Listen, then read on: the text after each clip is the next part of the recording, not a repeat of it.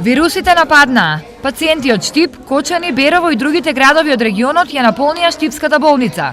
Најмногу хоспитализирани има на детското оделение. Овој период од годината секогаш е типичен за зголемен број на деца кои се јавуваат со горно-респираторни инфекции, односно инфекции на горните дишни патишта. Тоа се деца најчесто со покачена температура која некогаш може да биде до 40 степен. Кај нас обично доаѓаат дечињата во втор наврат кога се јавуваат компликациите од горно-респираторните инфекции. Идентична состојбата е на инфективно, каде се изгрижени пациенти со симптоми карактеристични за тешка вирусна инфекција. Обично симптомите се со покачена температура, со кивање, солзење, кашлање, сува кашлица може, болка во грлото, со мускулно-зглобни болки кои што се краткотрајни, може да траат неколку дена, 2 до 3 дена и со тоа да се заврши целата, да кажем, клиничка состојба. Ова е резултат на нестабилното време и наглата промена на температурите.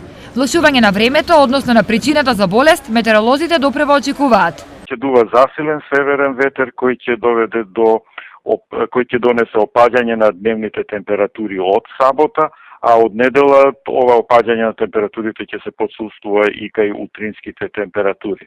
Ова значи и повеќе работа и пациенти за лекарите. За тоа да не се случи, неопходна е превентива, а најсигурна е онаа што доаѓа од вакцините. Како и секоја година, и ова година ние ќе вакцинираме против грип, со тоа што за Штип набавив 950 вакцини, значи 150 повеќе од колку минатата година и се надевам дека ќе ги задоволи потребите на штипјани.